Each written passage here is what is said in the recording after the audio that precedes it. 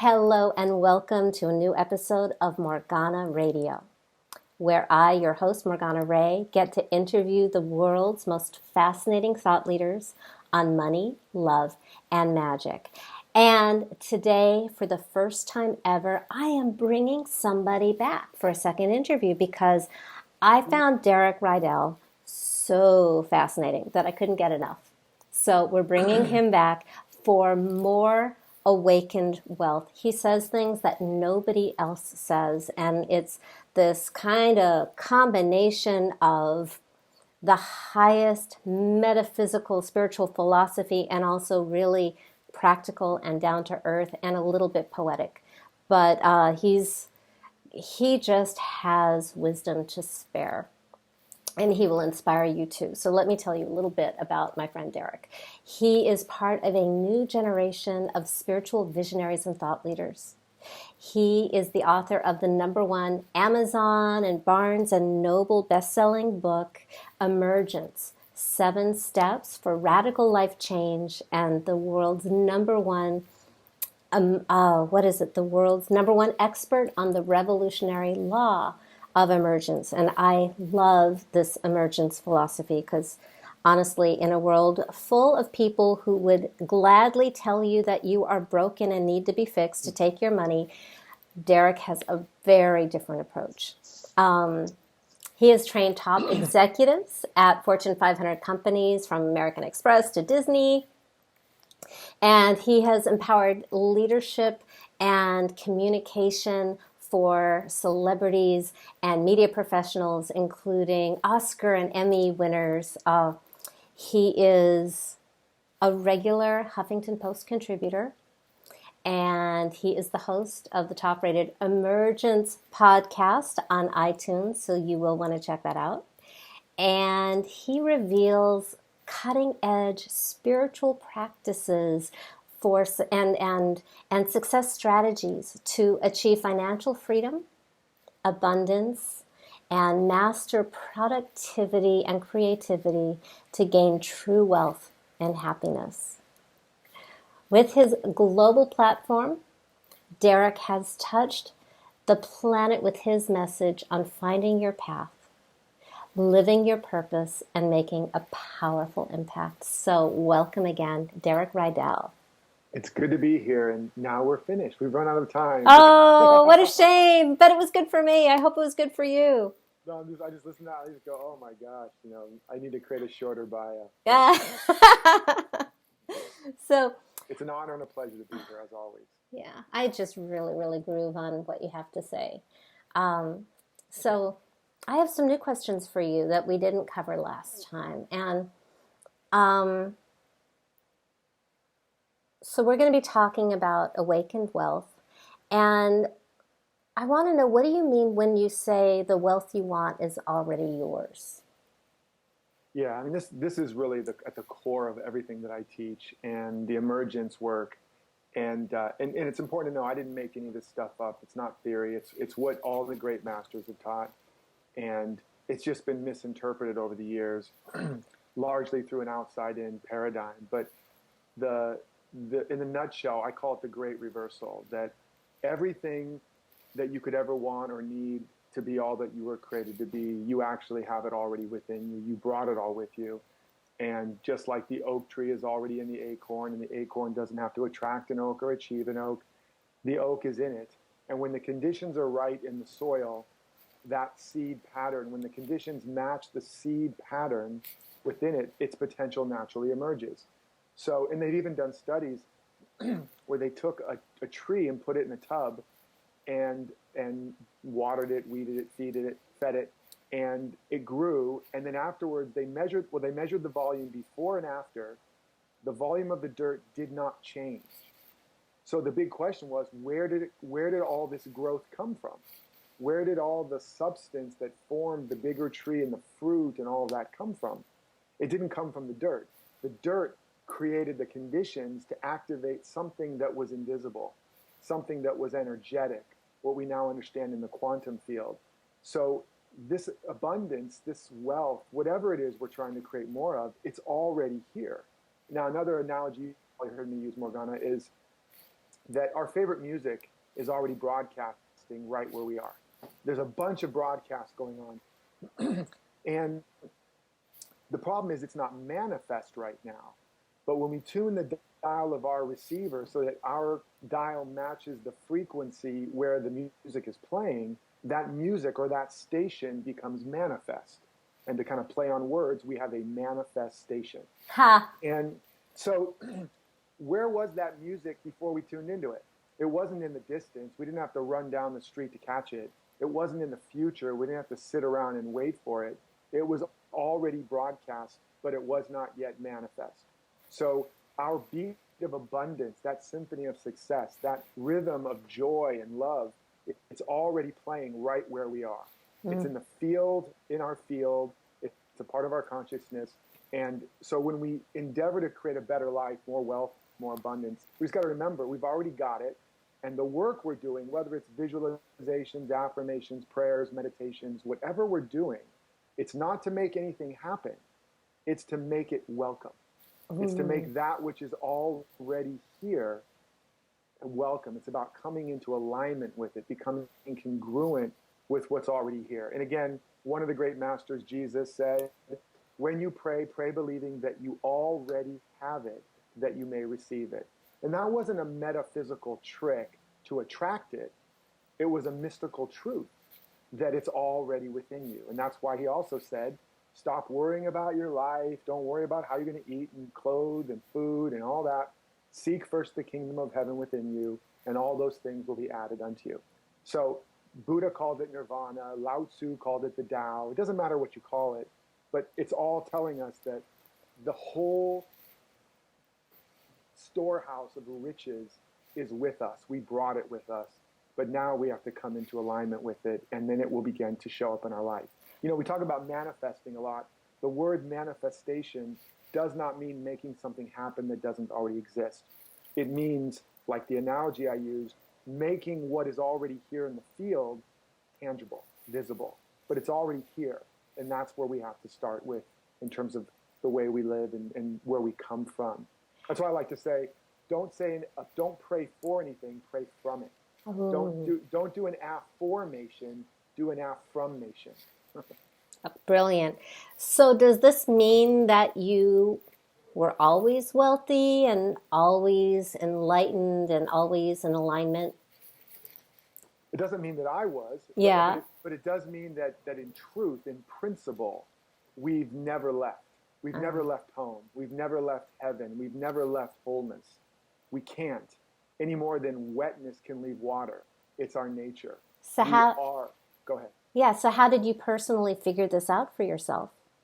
Well, first of all, through a couple decades of self-improvement attempts that at the end of which the only thing I had improved was my ability to describe why my life was so screwed up. Oh. But I was very good. I'm very articulate. I could describe with the best of them why things weren't working and who was to blame.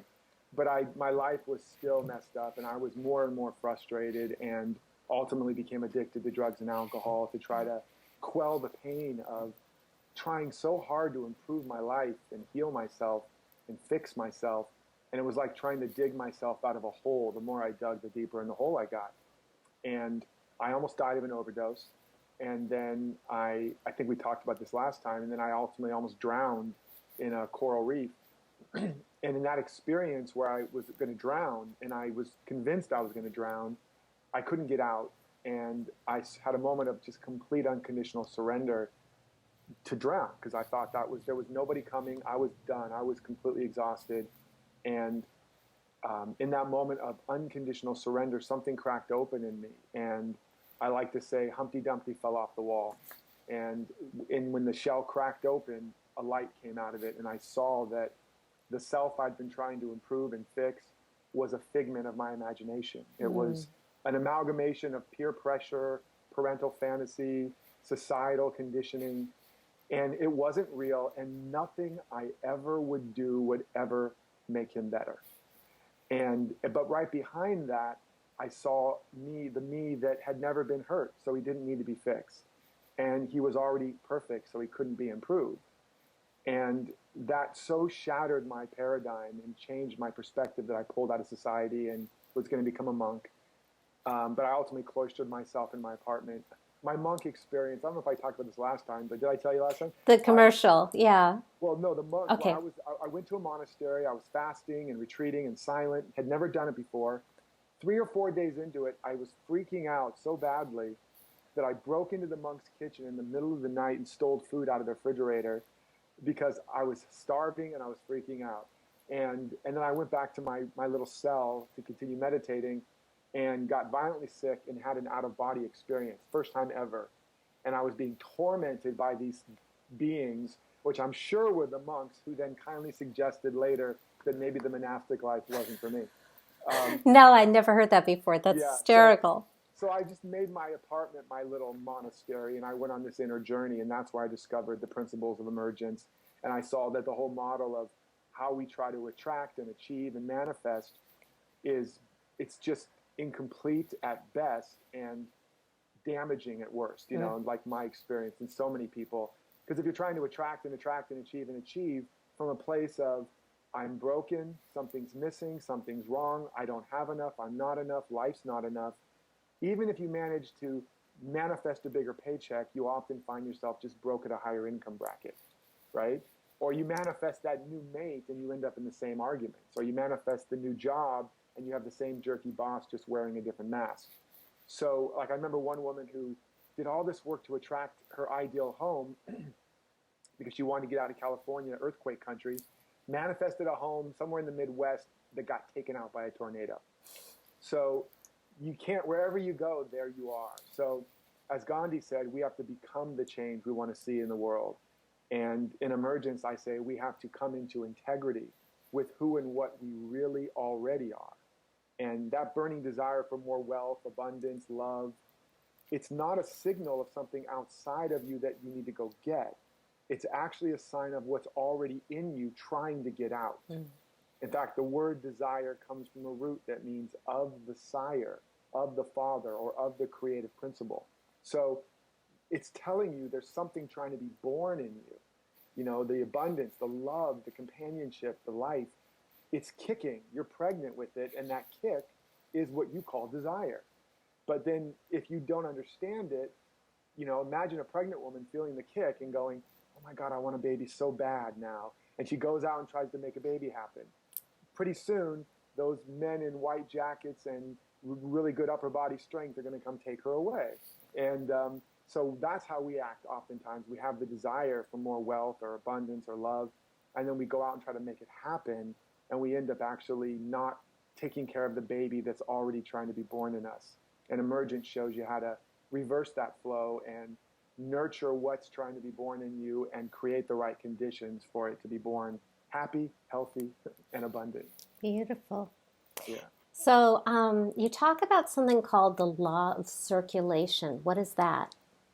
Yeah, so the whole key to creating real wealth, first, it's important to understand that wealth is not dollar bills. That's just a symbol of wealth. It used to be chickens, and so that old saying, the love of money is the root of all evil. Would you say the love of chickens is the root of all evil? Probably not, unless it's some kind of weird chicken love. But other than that, some voodoo chicken stuff. But so it's a symbol. So wealth is not the dollars. It's not the fruit on a tree. That's why when all the fruit is gone, the farmer doesn't go, well, those trees are broke. Let's cut them all down. The farmer knows the trees are just as wealthy as they ever were, and in the right season, it will produce a whole nother harvest over and over and over again. So we understand that wealth is that invisible something that produces the fruits. It's that which we know now doesn't even take anything from the soil. It's an invisible system. It's invisible energy. We could call it spirit. We could call it energy. And when we look at other words like affluence, which means rich, well, it also comes from a root that means flow. And we look at the word currency, which means money. It also comes from the word current, which means flow. So when you understand that wealth is energy, and you understand that flow is the secret to creating affluence, currency, abundance, it's about whatever generates more and more energy in your life, whatever circulates more and more energy. And so the law of circulation is a key to how to circulate. So first you have to know what you started with. It's all within you. So whatever's missing is what you're not giving. Whatever you're waiting for, you're waiting with and holding it back. Life never holds anything back from us. We hold ourselves back from life. So if you want more or different to come into your life, you have to let something more or different come out of you. So those are core foundational principles.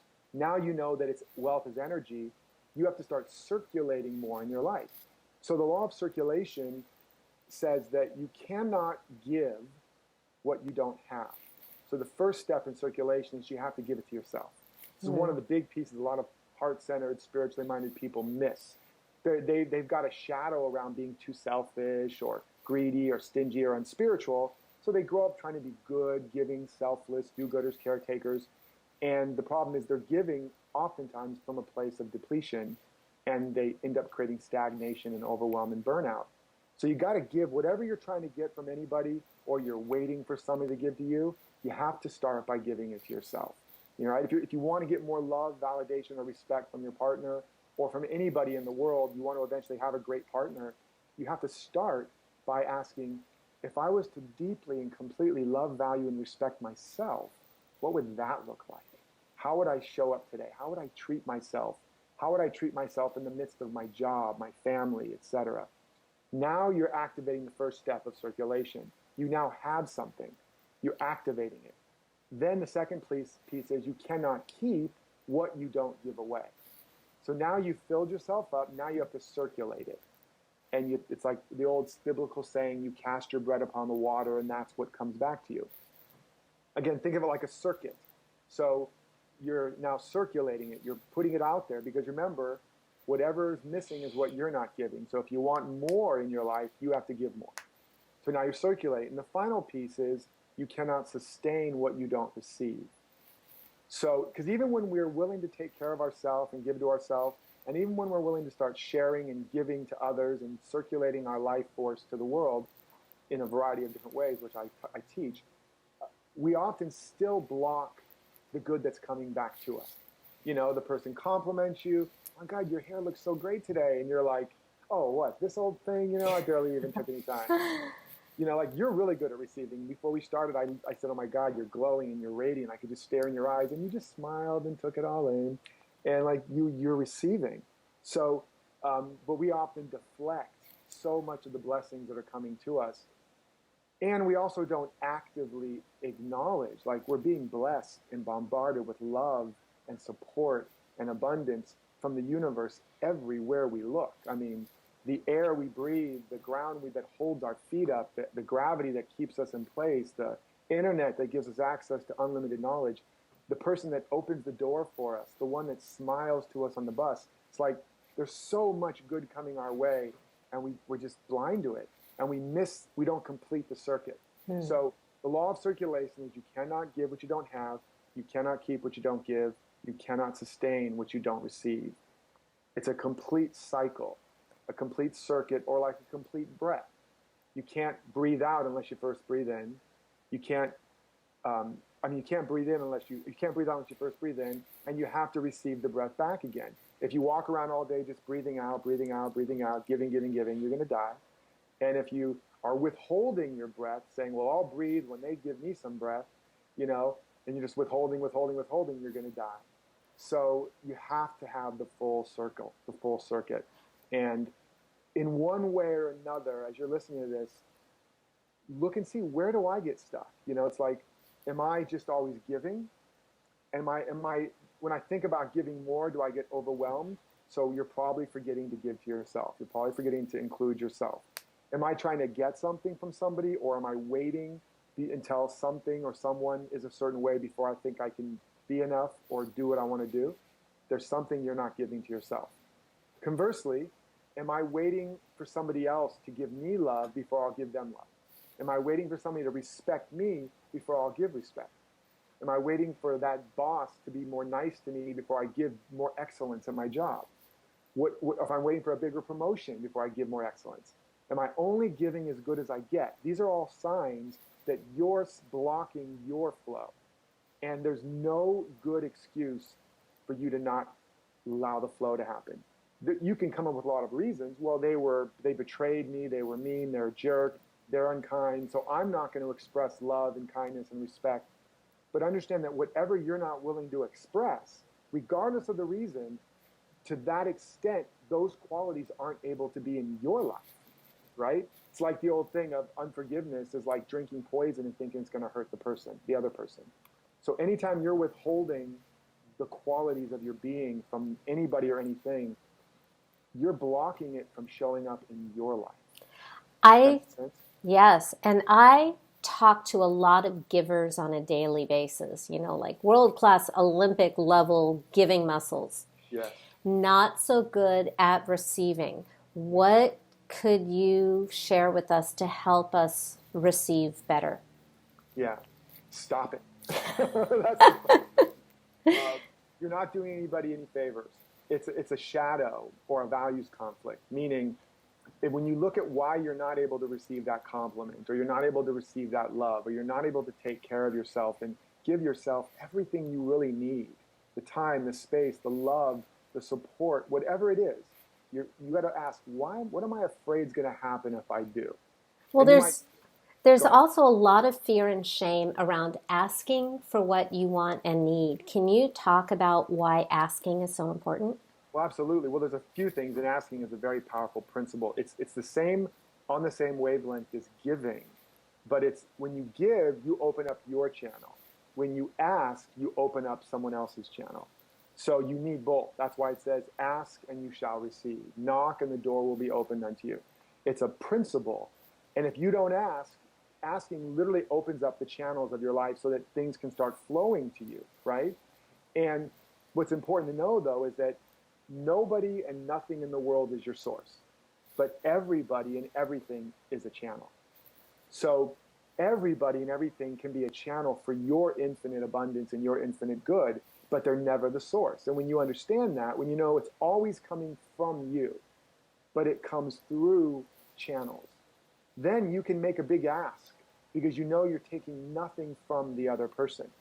And in fact, when you ask from the knowing that it's coming from you, but it's coming through them, because there's really only one of us. Think of it like one tree with many branches, right? So it's coming from the one tree of life, the one source of all good, which is within all of us. The source in you is the same source in me. But it's coming from that, but it might come through them as a channel. When you know that and you ask from that place, and they're willing to be a channel of your flow, they get stretched. They become a bigger channel. They have greater capacity now to express and reveal abundance in their own life. And it's really important to remember that, in fact, they did a study on this where they had teachers and they gave them 3 sets of students from a general population, just general average kids. They told one teacher, these are general average kids. These are high performing top level kids, and these are the lower performing kids. They were all the same general kids. At the end of that study, the ones the teacher thought were general average, they were still just doing pretty much the same average scores. The ones where they thought they were the low scoring ones, they were scoring lower than the average. And the ones where they believed they were the highest scoring, they were scoring some of the highest in the district. Now, what was the difference? All the students were the same, but the teachers had they were holding the students in a different way. Mm-hmm. So the ones that held them in a big box or no box, because these were high achievers, the students rose to meet that. The ones where they held them in a little box, the students shrunk to fit that. So when we're dealing with clients or people and we're seeing them as lacking, as victims, as they don't have the time, the energy, the money, whatever, to help us, support us, pay for our services, whatever the reason is, just know you've just put them in a small box. You've just put them in the low achieving student category.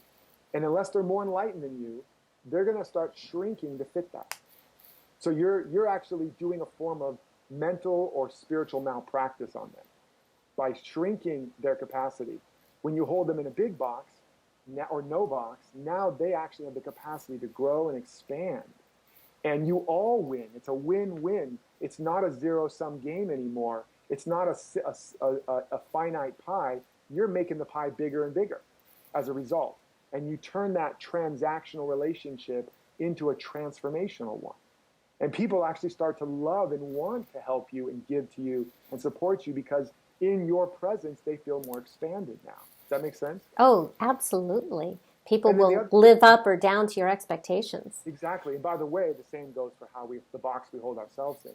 If we see ourselves as lacking, limited, victims, poor me, don't have the time, don't have the money, can't afford it, we just put ourselves in the low achieving student box, and we'll have to shrink to fit that. So it works both ways. The other thing is we want to look at, again, what am I afraid is going to happen if I ask for help? What am I afraid is going to happen if I raise my prices or ask for what I want or charge what I'm worth? And you'll start to hear something. Well, I'm afraid they'll reject me, or I'm afraid they'll attack me, or I'm afraid they'll judge me. And then you go, and if that happened, what would you make that mean about you? Mm-hmm. Oh, I'm a loser. I'm a fool. I'm an idiot. I'm unworthy. I'm greedy. I'm selfish. They're going to think I'm just this greedy, selfish, money-grubbing, unspiritual person who doesn't care about anybody but myself, right? Well, that's your shadow. Yeah. So somewhere along the line, you got the message that asking for what you want, getting what you need, being abundant, whatever, meant that. And you've repressed that part of you and created a counterbalancing personality construct to be this giving, nice, flexible, diplomatic person. Now, that's wonderful, but you got to embrace the other side of you. You got to embrace the selfish, greedy, stingy, as I like to say sometimes, your inner diva bitch, your inner SOB, whatever it is, because that's your power. When it's embraced and integrated, you become more generous, more powerful, more abundant, not less. Absolutely. And sometimes asking for help, it kicks up our shadow of feeling like we're weak, like we're dependent, we're incapable. And again, you want to embrace your weak, victim, independent, incapable self, because that'll make you more humble, more vulnerable, more open. And the universe wants to support you. Like all of infinite power wants to rush to where you are and hold you and lift you and support you and help you. But as long as you're thinking you have to do it all yourself, you've collapsed all of that infinite support into the little bit that you're able to eke out personally. So when you embrace these shadows, you become more available to not just the support of other people, but the support of the whole universe. We're almost out of time, but I know you have a gift for our listeners. And then after we hear about the gift, I'd like you to squeeze in the 7 wealth activators really quickly so we can just get that in. So what do you have for all of our listeners? And by the way, if you're listening on iTunes or somewhere else, at morganaradio.com, you can listen. And also we have a video so you can see what Derek and I look like. And the link to Derek's gift will be posted there and you can learn more. Yes, Derek was just waving. So what is the gift? So they're basically going to get an in-depth training around Awaken Wealth, a video training, as well as this powerful new ebook I just created called The 5 Hypnotic Wealth Spells and How to Snap Out of Them. And it's just beautiful. It's beautifully laid out. It's really in-depth. And it walks you through these core, what I call hypnotic wealth spells. Because the thing is, we don't experience life directly. We experience life through our filters and perceptions of life. And it seems very real, a person can be hypnotized and think they're surrounded by snakes. And as far as they're concerned, they are. And they act like they are. Or the hypnotist can say, your arm is so heavy you can't lift it. And try as they may, they can't lift it. And so you're experiencing certain walls and blocks and limitations and things that appear very real. It appears like there's really a shortage or a lack or a problem. But that's an illusion. It's a hypnotic spell. And when you understand these 5 core hypnotic spells and how to snap out of them, you're going to have access to so much more of what's really here waiting for you to play with. So I walk you through that as well as in-depth training on, these core principles of awakened wealth. Great. I can't wait to read that. Yeah. So before we wrap up, what are the 7 wealth activators that allow you to make more, keep more, and have more? Yeah. So once you understand that wealth is spiritual or energetic, that it's all within you, that life's never going to give anything to you, that life is coming from you and through you, and that therefore whatever's missing is what you're not generating. Like a power plant. A power plant doesn't receive energy or even just have energy, it generates it. And in fact, these are also called the 7 gifts that give you everything. And the word human comes from the Sanskrit for man, that means the dispenser of divine gifts. So you came here not to get anything, but to dispense, to shine, to circulate, to share these gifts.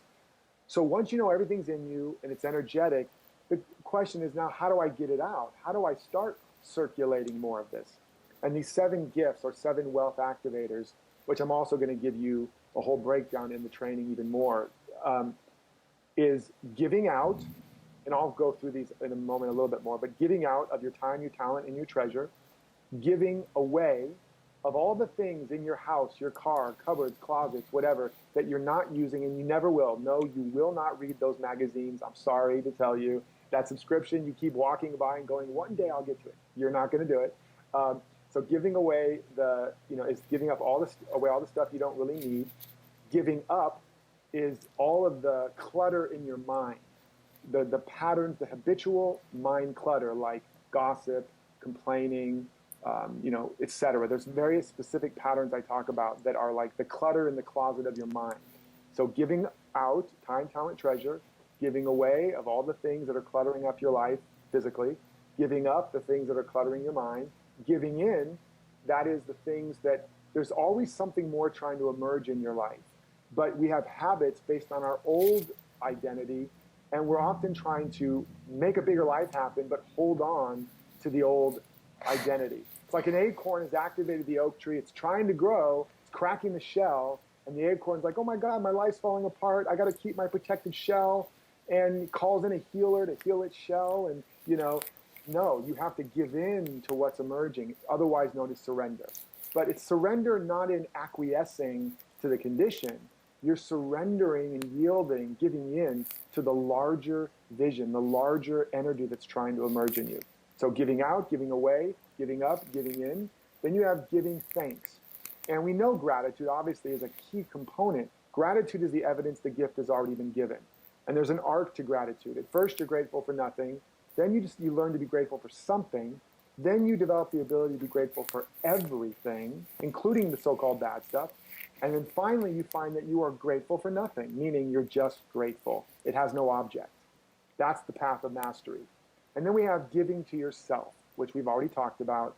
You must master that gift or you will have nothing to give ultimately and you'll burn out. And then finally, forgiving. And when you're forgiving, just look at the word. You are giving forth. You're not forgetting. You're not for taking. You are forgiving.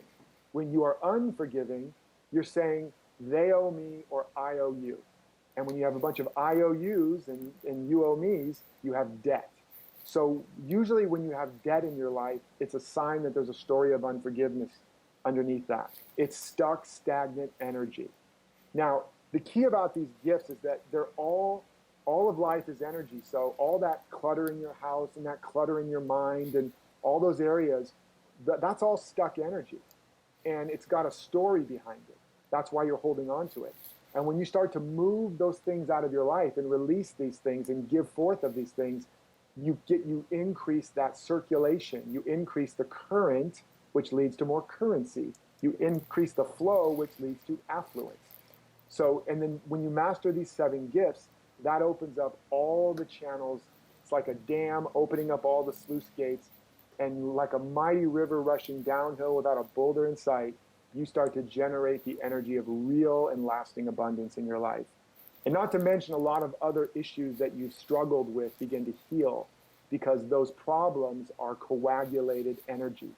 So when this flow is really happening and rushing and you're just this open, radiant channel of giving and circulating, those problems, like a waterfall, they're like rocks. They just get pushed over the edge and washed out to sea. Yeah. So it's not just about wealth in terms of money. It's about wealth and abundance in every area of your life. It's all connected. Money is just a mirror. Yes. Beautiful, exactly. Beautiful. Oh, thank you so much. So great gift. What is the name of the ebook again? You're going to get 2 actually once you sign up. You're going to get the 5 hypnotic well spells.